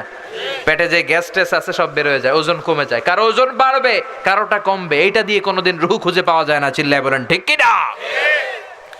এজন্য আল্লাহ বললেন, গোলাম আমি মানুষ বানালাম, জীবন বানালাম, মরণ বানালাম, রুহু বানালাম। আমরা বললাম আল্লাহ বুঝতে পেরেছি আপনি সব ক্ষমতার মালিক, আপনি জীবনের মালিক, মরণের মালিক, রুহুর মালিক, আর কিসের মালিক একটু আমাদেরকে বলেন। আল্লাহ বলে আল্লাযী خلق سبع سماوات طباقا ما ترى في خلق الرحمن من تفاوت আল্লাহ বললেন উপরের দিকে নজর করে তাকা, তোদের মাথার উপরে 7 স্তরের যে 7টা আকাশ, সে আকাশটাও আমি বানিয়েছি। সুবহানাল্লাহ। আমাদের মাথার উপরে এই যে আকাশ তৈরি করেছে কে? চিল্লায় বলেন কে? وَلَقَدْ زَيَّنَّا السَّمَاءَ الدُّنْيَا بِمَصَابِيحَ وَجَعَلْنَاهَا رُجُومًا لِلشَّيَاطِينِ আল্লাহ বলে প্রথম আকাশের দিকে নজর করে তাকা, মহাশূন্যের দিকে তাকা, তারা দিয়ে আকাশটারে সুন্দর করেছে কে? আকাশের মধ্যে যে তারা, এগুলোকে তৈরি করলো কে? আল্লাহ বলে I have beautified the closure sky with candles with light and stars. প্রথম আকাশের মহাশূন্যটাকে আমি আল্লাহ চমৎকার চমৎকার তারা দিয়ে সাজিয়ে দিয়েছি। রাতের বেলা তারার মেলা আছে না নাই? দেখতে সুন্দর লাগে না? দেখতে মনে হয় এই ছোট্ট ছোট্ট ডট, আসলে কি এগুলো তো ছোট? সূর্যটারে মনে হয় ছোট্ট একটা রুটির মতো, ঠিক কি না? আসলে কি সূর্যটা রুটির মতো? আর আমরা যে তাকাই, আমরা কি আকাশ দেখতে পাই? না, এটা মহাশূন্য। এটা কি? আপনি যা দেখেন মহাশূন্য। ইউনাইটেড স্টেটস অফ আমেরিকার বিজ্ঞানীরা এই যে মঙ্গলে যায়, জুপিটারে যায়, চাঁদে নামে, এগুলো সব মহাশূন্য। প্রথম আকাশ যে কত উপরে তারা নিজেরাও জানে না, ঠিক কি না? আমরা খালি চোখে দেখি প্রথম আকাশের মহাশূন্য, তার অনেক উপরে প্রথম আকাশ। তারপরে দ্বিতীয় আকাশের মহাশূন্য, তার অনেক উপরে দ্বিতীয় আকাশ। সুবহানাল্লাহ কইবেন না? একটার চেয়ে একটা বড়, একটার চেয়ে একটা বড়, একটার চেয়ে একটা বড়। বিশ্বনবী বলে প্রথম আকাশের চেয়ে দ্বিতীয় আকাশ কত বড় শোনো। তোমার হাতের আংটিটা খুলে যদি মরুভূমিতে ছেড়ে দাও, পুরো মরুভূমির তুলনায় তোমার আংটি যত ছোট, আল্লাহর দ্বিতীয় আসমানের তুলনায় আল্লাহর প্রথম আসমানটা ঠিক তত ছোট। আরো আসতে পড়েন সুবহানাল্লাহ। সে তুলনায়, এই মহাবিশ্বের তুলনায় কত তুচ্ছ আমি, কত ক্ষুদ্র আমি, কত নগণ্য আমি। এই যে সূর্যের আলো ছাড়া আমরা বাঁচি না, এই সূর্যটা পৃথিবী থেকে 13 লক্ষ গুণ বড়। Can you imagine, can you guess? আপনি কি কল্পনা করতে পারেন? এই পৃথিবীটাই তো আমরা দেখি নাই, দেখছেন? কে কয়টা দেশ ঘুরছেন? 200টার মতো পৃথিবীতে দেশ। এই যে আমরা পড়ে আছি কুমিল্লার মধ্যে, ঠিক কি না? কুমিল্লা হচ্ছে বাংলাদেশের 64 জেলার একটা জেলা। এরকম 64 জেলা মিলে আমাদের সুজলা সুফলা শস্য শ্যামলা ডিজিটাল বাংলাদেশ। আর এই বাংলাদেশ হচ্ছে পৃথিবীর সবচেয়ে ছোট্ট একটা দেশ, ঠিক কি না? বাংলাদেশের চেয়ে বড় দেশ আছে না নাই? পাশের ইন্ডিয়াই তো আমাদের চেয়ে কত বড়, কানাডা কত বড়, রাশিয়া বাংলাদেশের চেয়ে প্রায় 200 গুণ বড়। এরকম 200টা দেশ নিয়ে পৃথিবীর মাত্র 30 ভাগ স্থল, বাকি 70 ভাগ হচ্ছে শুধু হানি আর হানি। বুঝতে পেরেছেন? বাকি 70 ভাগ পানি, 30 ভাগ মাত্র স্থল। তো এই পৃথিবীটা এত বিশাল, আর ওই সূর্যটা নাকি পৃথিবীর চেয়ে 13 লক্ষ গুণ বড়। তার মানে এই সূর্যই কি মহাবিশ্বের সবচেয়ে বড় তারা? না। ব্যাটেলজিউস নামে একটা তারা আছে, যে সূর্য পৃথিবীর চেয়ে 13 লক্ষ গুণ বড়। ওই ব্যাটেলজিউস তারা আবার সূর্যের চেয়ে 33 কোটি গুণ বড়। তার মানে ব্যাটেলজিউস তারাটাই কি সবচেয়ে বড় তারা? না, ব্যাটেলজিউসের চাইতেও বিশাল বিশাল বড় তারা আছে। এরকম কত million billion trillion zillion fillion octillion তারা যে মহাকাশের প্রথম আকাশের মহাশূন্যে আছে, নাসার বিজ্ঞানীরা নিজেরাও জানে না। কোন সুবহানাল্লাহ। সূর্যের পরে পৃথিবীর সবচেয়ে কাছের তারার নাম প্রক্সিমা সেন্ট্রাই। কি নাম? আসেন এই প্রক্সিমা সেন্ট্রাইতে আমরা একটা শীতকালীন ভ্রমণ করে আসি, একটা ট্যুর করে আসি, সফর করে আসি। যাবেন? কে কে যাবেন? হাত তোলেন। মাশাআল্লাহ, অনেক সাহস। যাইবেন? যান। কেন আপনারা যান? তো এই প্রক্সিমা সেন্ট্রাই হচ্ছে সূর্যের পরে পৃথিবীর সবচেয়ে কাছের তারা। এই পৃথিবীর সবচেয়ে কাছের যেই তারাটা, এই তারাটাতে যদি আমরা ট্যুর করতে যাই, তাহলে আমাদের কিছু প্রিপারেশনের দরকার আছে না নাই? 2.3 লাইট ইয়ার আলোকবর্ষ দূরে পৃথিবী থেকে সবচেয়ে দূরের যেই তারাটা, ওইখানে তো আমরা যাইতেই পারবো না। সবচেয়ে কাছের যেই তারা প্রক্সিমা সেন্ট্রাই, ওখানে যদি আমরা যাই, আমরা প্লেন দিয়ে যেতে পারবো না, আমাদেরকে রকেট দিয়ে যেতে হবে, ঠিক কি না? কারণ বর্তমান পৃথিবীর সবচেয়ে দ্রুতগামী বিমানটার নাম হচ্ছে বোম সুপারসনিক। এটা হচ্ছে সবচেয়ে দ্রুতগামী প্যাসেঞ্জার প্লেন, যাত্রী নিয়ে উড়ে 1200-1300 কিলোমিটার বেগে এটা ছুটে। এর আগে ছিল কনকর্ড, এটা 1000 কিলোমিটার বেগে ছুটতো। এই কনকর্ড নর্থ আটলান্টিককে পাড়ি দিতে, আড়াআড়ি পাড়ি দিতে 4 ঘন্টা লেগে যেত। 1000 কিলোমিটার বেগে ছোটার পরেও। তো আমরা এই বোম সুপারসনিক দিয়েও ওই তারাতে নামতে পারবো না, কারণ প্যাসেঞ্জার বিমান দিয়ে মাধ্যাকর্ষণ শক্তি ভেদ করা যায় না। আমাদের যেতে হবে রকেট দিয়ে। জোরে বলেন কি দিয়ে? যারা যারা হাত তুলছিলেন আমার সাথে যাবেন তো? হ্যাঁ, শীতকালীন পিকনিক করব আমরা কোথায়? পৃথিবী থেকে সবচেয়ে কাছের যেই তারাটা, ওখানে যে আমরা নেমে পিকনিক করব। রাজি আছেন? হাত যারা তুলেছেন রাজি আছেন নাকি ভয় ঢুকে গেছে অন্তরে? তো আমাদের যেতে হবে রকেট দিয়ে। আমরা যাব অ্যাপোলো 11 নামে একটা রকেট আছে, যেটা দিয়ে নীল আর্মস্ট্রং 1969 সালে চাঁদে নেমেছিল। এই ঘটনাটা আমরা জানি না? উনি চাঁদে নেমেছিল, এডউইন অলড্রিন আর মাইকেল কলিন্সকে নিয়ে চাঁদে নেমেছিল। ওই রকেটটা দিয়ে যাব। ওই রকেটটা সেকেন্ডে চলে 11 কিলোমিটার বেগে, মিনিটে চলে 660 কিলোমিটার বেগে, ঘন্টায় চলে 39,000 কিলোমিটার বেগে। সুবহানাল্লাহ বাড়িতে যেয়ে বললেন, চিল্লায় পড়েন আল্লাহু আকবার। একটা রকেট না ঘন্টায় 39,000 কিলোমিটার দূর চলে যাবে 1 ঘন্টায়। এখান থেকে আমেরিকা কত দূর হবে? 8-10 হাজার কিলোমিটার। তার মানে এটা দিয়ে 4-5 বার আমেরিকায় আসা যাওয়া করা যাবে। চিল্লায় কোন সুবহানাল্লাহ। তো আমরা যদি এটা দিয়ে পৃথিবীর সবচেয়ে কাছের যেই তারা প্রক্সিমা সেন্ট্রাইতে যেতে চাই, কোন রকেটটা দিয়ে? অ্যাপোলো 11 রকেট দিয়ে। যে রকেটটা ঘন্টায় চলে কত হাজার কিলোমিটার বেগে? 39,000 কিলোমিটার বেগে। এটা দিয়ে যদি পৃথিবী থেকে ওখানে আমরা নামতে চাই, আমাদের 1,15,000 বছর লেগে যাবে। যেই রকেটটা ঘন্টায় 39,000 কিলোমিটার বেগে ছুটে, এত দ্রুতগামী রকেট দিয়েও যদি আমরা পৃথিবীর সবচেয়ে কাছের তারায় পিকনিক করতে যাই, তাহলে আমাদের 1,15,000 বছর লেগে যাবে। আল্লাহ যদি বলে যাও আজহারি, তোমার যেহেতু এত শখ, যারা যারা হাত তুলছে তাদেরকে নিয়ে ওখানে পিকনিক করতে যাও, আমি তোমাদের সবাইকে 1,15,000 বছর হায়াত দিয়ে দিলাম। যারা হাত তুলছেন আমরা যদি যাওয়া শুরু করি, আমরা যেতে যেতে বাকিরা সব মরে ভূত হয়ে যাবে।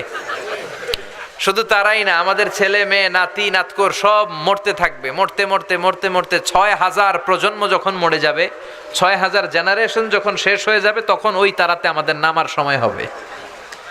সুবহানাল্লাহ কইতে পারলেন না? এজন্য আল্লাহ বলে, ওয়ালাকাদ যায়্যানাস সামাআদ দুনিয়া বিমাসাবিহা ওয়া জাআলনাহা রুজুমান লিশ-শায়াতিন। এরকম বিশাল বিশাল তারা দিয়ে প্রথম আকাশের মহাশূন্যটারে সাজিয়ে দিয়েছে কে? এরপর আল্লাহ বললেন, ওয়াসিররু কাওলাকুম আও ইজহারু বিহি ইন্নাহু আলিমুম বিযাতিস সুদূর। তোমরা প্রকাশ্যে কথা বলো কিংবা গোপনে কথা বলো, কেউ না শুনলেও শুনে কে? এমনকি আমাদের অন্তরেও যেটা চলে সেটাও জানে কে? এই জন্য সব সময় ভালো চিন্তা করার দরকার আছে না নাই? ভালো কাজ করার দরকার আছে না নাই? বেশি বেশি কোরআন পড়ার দরকার আছে না নাই? যেন কানে শুনি সদা তোমার কালাম, হে খোদা চোখে যেন দেখি শুধু কোরআনের আয়াত। শোনো আমার মুনাজাত, শোনো শোনো ইয়া ইলাহি আমার মুনাজাত, শোনো আমার মুনাজাত। পড়েন আমিন।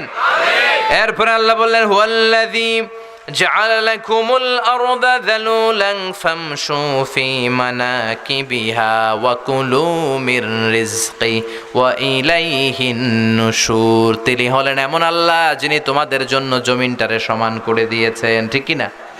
জমিনটা যদি ফ্ল্যাট সমান্তরাল না হইতো এমনি বসতে পারতেন?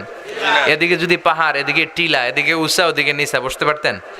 এই পৃথিবীর সৌন্দর্যটা যে কত চমৎকার, এটা প্লেনে না চললে বুঝতে পারবেন না। আপনারা প্লেনে চড়ে হজে গেছেন না? জানলার পাশে যারা বসেছেন তারা দেখবেন, আমি কমসে কম 10টার মতো প্রায় 10টার উপরে দেশ ঘুরে ফেলেছি, 12টার মতো হবে। তো জানালার পাশে বসে তাকালে দেখা যায় যে পৃথিবী, আকাশ থেকে পৃথিবী দেখতে কেমন। যেখানে পাহাড় ওইটার দৃশ্য একরকম, যেখানে সাগর একরকম, যেখানে মরুভূমি ওইটার ডিজাইন আবার একরকম। আবার বাংলাদেশের এক জেলা থেকে আরেক জেলায় যখন আমরা প্লেনে যাই, যেমন আমরা ঢাকা থেকে রাজশাহীতে যাই মাহফিল করতে প্লেনে, যশোরে নামি প্লেনে, কক্সবাজারে যাই প্লেনে, সিলেটে মাঝে মাঝে প্লেনে যাই সময়কে সেভ করার জন্য। তো তখন এগুলো খুব বেশি উপর দিয়ে ওঠে না, 15,000 ফিট দিয়ে চলে যায় ডোমেস্টিক ফ্লাইটের বিমানগুলো। তখন জানলা দিয়ে দেখা যায় যে কত সুন্দর। বাংলাদেশের কোথাও ফ্লাই করলে আপনার মনে হবে পুরো বাংলাদেশটাকে আল্লাহ সবুজ কার্পেট দিয়ে ঢেকে রেখেছে। সবুজ কার্পেট মনে হয়, চিল্লায় পড়েন আল্লাহু আকবার। আবার আল্লাহ বললেন সবুজ কার্পেট দেখে আনন্দে লাফালাফি করো না, এই কার্পেটের নিচেও আযাব আর গজব আছে না নাই? আকাশের উপরও আযাব আর গজব আছে না নাই? আল্লাহ বললেন আমিনতুম মান ফিস সামাই আন ইয়াখসিফা বিকুমুল আরদা ফাইযা হিয়া তামুন। দুনিয়ার মানুষগুলো কি মনে করেছে নাকি কোনো আযাব আর গজব তাদের আসবে না? আমি যে কোনো সময় ল্যান্ডস্লাইড দিয়ে, ভূমিধস দিয়ে তাদেরকে শেষ করে দিতে পারি, ঠিক কি না? মাঝে মাঝে ল্যান্ডস্লাইড হয়, ভূমিধস, মাটি ভিতরের দিকে চলে যায়, মাঝে মাঝে উপর থেকে শিলাবৃষ্টি পড়ে। শিলাবৃষ্টি দেখেন নাই মনে আপনারা? শিলাবৃষ্টি যখন গরু ছাগলের উপরে পড়ে কি হয়? ময়রা ভূত হয়ে যায়, ঠিক কি না? ফসল খেতে বললে ফসল শেষ, বাড়ি ঘর শেষ। এগুলো তো ছোট্ট ছোট্ট শিলাবৃষ্টি। তো শিলাগুলো যদি এত বড় হইতো, এক একটা শিলা যদি এত বড় হয়, যদি আল্লাহ উল্কা বৃষ্টি পাঠায়, অ্যাসিড রেইন, অ্যাসিড বৃষ্টি যদি পড়ে, আগুনের বৃষ্টি যদি হয়, উল্কা চিনেন? মহাকাশ থেকে মাঝে মাঝে উল্কা পড়ে। পৃথিবীতে সবচেয়ে বড় সাইজের উল্কাটা পড়েছিল দক্ষিণ আফ্রিকার হোবা সিটিতে। ওটার ওজন ছিল 60 টন। কয় টন? ভাগ্য ভালো এটা কোনো আবাসিক এলাকার উপরে পড়ে নাই, এটা ক্ষেতের মধ্যে পড়ছে। পুরো জায়গাটা ধসে গর্তের মতো হয়ে গিয়েছে। 40 কেজিতে 1 মন, 40 মনে 1 টন, এরকম 60 টন ছিল এই উল্কাটার ওজন। আল্লাহ যদি কুমিল্লা শহরের মধ্যে, কুমিল্লার উপরে 50-60টা, কয়েক হাজার, কয়েকশো যদি এরকম উল্কা পাঠায়, উল্কা পাঠাইলে আপনারা কয়েন আমরা ক্ষমতার মালিক নাকি? ক্ষমতার মালিক কে? আল্লাহ বললেন যে কোনো সময় আমি শেষ করে দিতে পারি। আর বাংলার জমিনে যে পরিমাণে যৌতুক আমরা খাই, ঘুষ খাই, সুদ খাই, ওজনে কম দেই, খাদ্যে ভেজাল দেই, মাছে ফরমালিন দেই, যেই পরিমাণে গদি লইয়া কিলাকিলি করি, যে কোনো সময় আযাব দিতে পারে কে? শুধু বিশ্বনবীর দোয়ার বরকতে আমরা বেঁচে যাই। বিশ্বনবী দোয়া করেছে আল্লাহ কওমে আদকে, কওমে সামুদকে, কওমে শুআইবকে, ওই জাতিদেরকে, পূর্ববর্তী উম্মতদেরকে যেমনি আপনি একবারে আযাব দিয়ে ধ্বংস করে দিয়েছেন, আমার গুনাহগার উম্মতদেরকে একবারে আযাব দিয়ে আপনি শেষ করে দিয়েন না। বিশ্বনবীর দোয়ার বরকতে আমরা বেঁচে যাই, চিল্লায় বলেন ঠিক কিনা?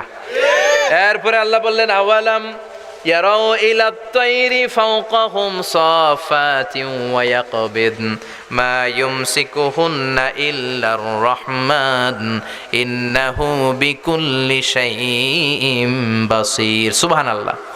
ওই দেখেন এক বল্লা পোকা আসছে, 5 জন এটার কিছু করতে পারি না, আমরা ক্ষমতার মালিক। এক বল্লার লগে 5 জনও পারি না। আল্লাহ বললেন না, মানুষগুলো নাস্তিক কেমন করে হয়? আওয়ালাম ইয়ারাউ ইলাত তাইর, মানুষগুলো কি পাখিগুলোর দিকে তাকায় না? ফাওকাহুম সাফাতিন ওয়া ইয়াকবিদনা, পাখির দিকে তাকালে ওই মানুষের অন্তরে ঈমান ঢুকায়া দিবে কে?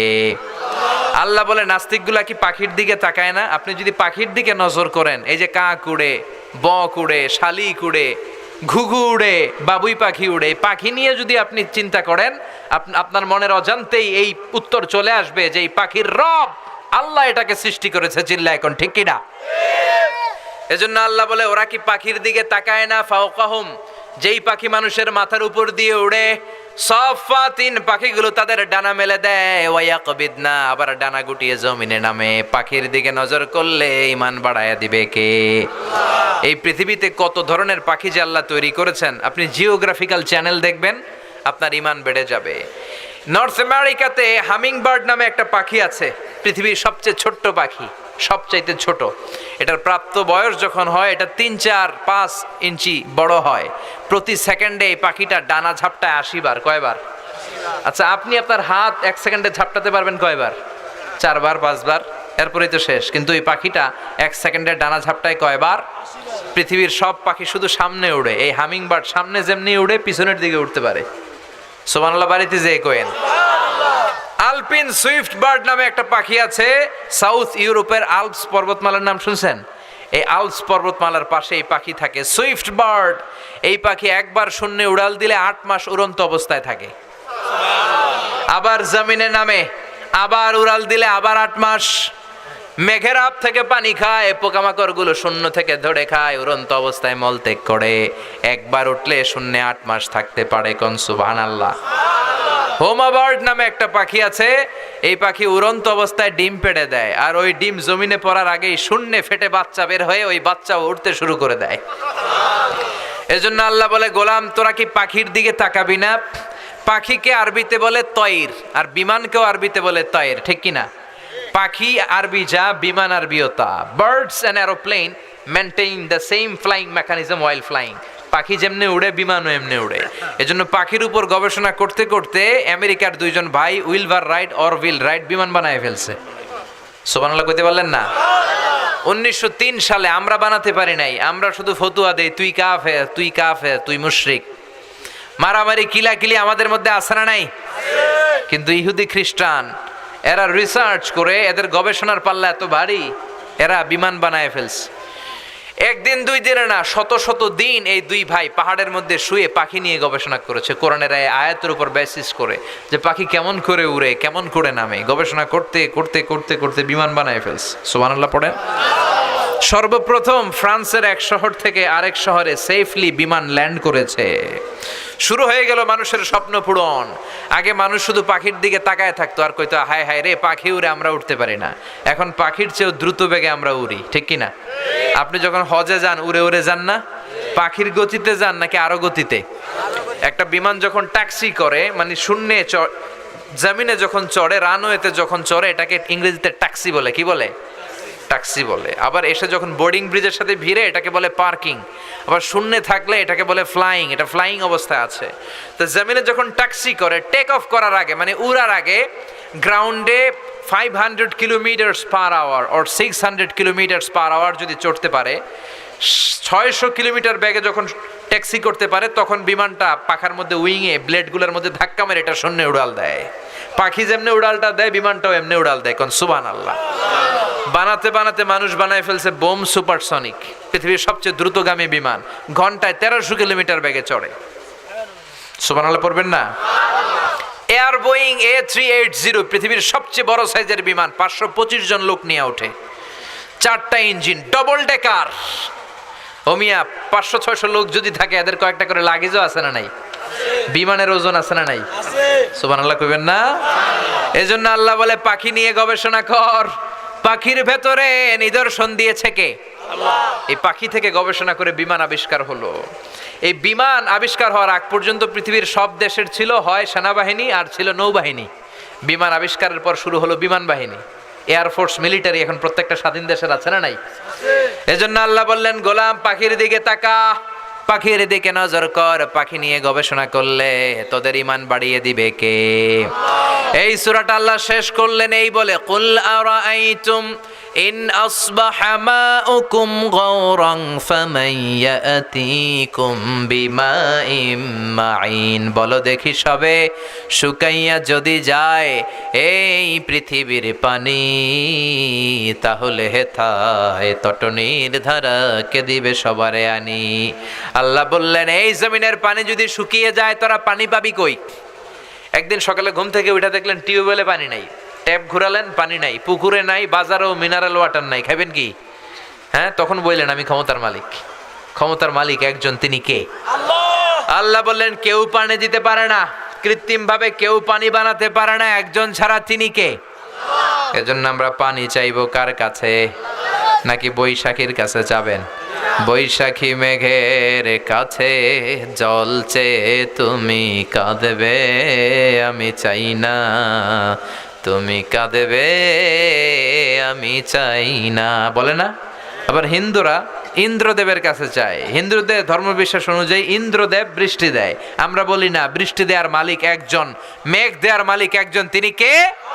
আল্লাহ। মেঘ দে পানি দে ছায়া দে রে তুই, আল্লাহ মেঘ দে। পড়েন সবাই, আল্লাহ মেঘ দে পানি দে ছায়া দে রে তুই, আল্লাহ মেঘ দে। পানি দেওয়ার মালিক কে? রিজিক দেওয়ার মালিক কে? একদিন ঘুম থেকে উঠে যদি দেখেন ঘরে কোনো খাবার নাই, ফসলে কোনো ফসল খেতে কোনো ফলমূল নাই, বাজারে দোকানপাটে কিচ্ছু নাই, খাবেন কি? আপনাকে রিজিক দিব কে? নাকি খাদ্যমন্ত্রী, প্রধানমন্ত্রী? কেউ রিজিক দিতে পারে? আসল ক্ষমতার মালিক একজন, তিনি কে? আমাদের কোনো ক্ষমতা নাই, সব ক্ষমতা কার? এটাই হচ্ছে সূরাতুল মুলকের সেন্ট্রাল থিম, কেন্দ্রীয় আলোচ্য বিষয়। যতদিন পর্যন্ত আল্লাহকে আমরা ক্ষমতার মালিক মনে করব, আল্লাহর কাছে আমরা চাইবো, আল্লাহর ইবাদত করব, আমাদেরকে কেউ পরাস্ত করতে পারবে না। চিল্লায় বলেন ঠিক কিনা? আল্লাহ পাক আমাদের সবাইকে কথাগুলো বুঝার ও আমল করার তৌফিক দান করুক। আমরা পড়ি আমিন। আর জোরে পড়েন আমিন। আমরা এখনই দোয়া করব, দোয়া করে সবাই বিদায় নিব। রাজি আছেন তো? দোয়াতে শরীক না হয়ে কারা কারা উঠবেন আগে হাত তুলে দেখান আমারে।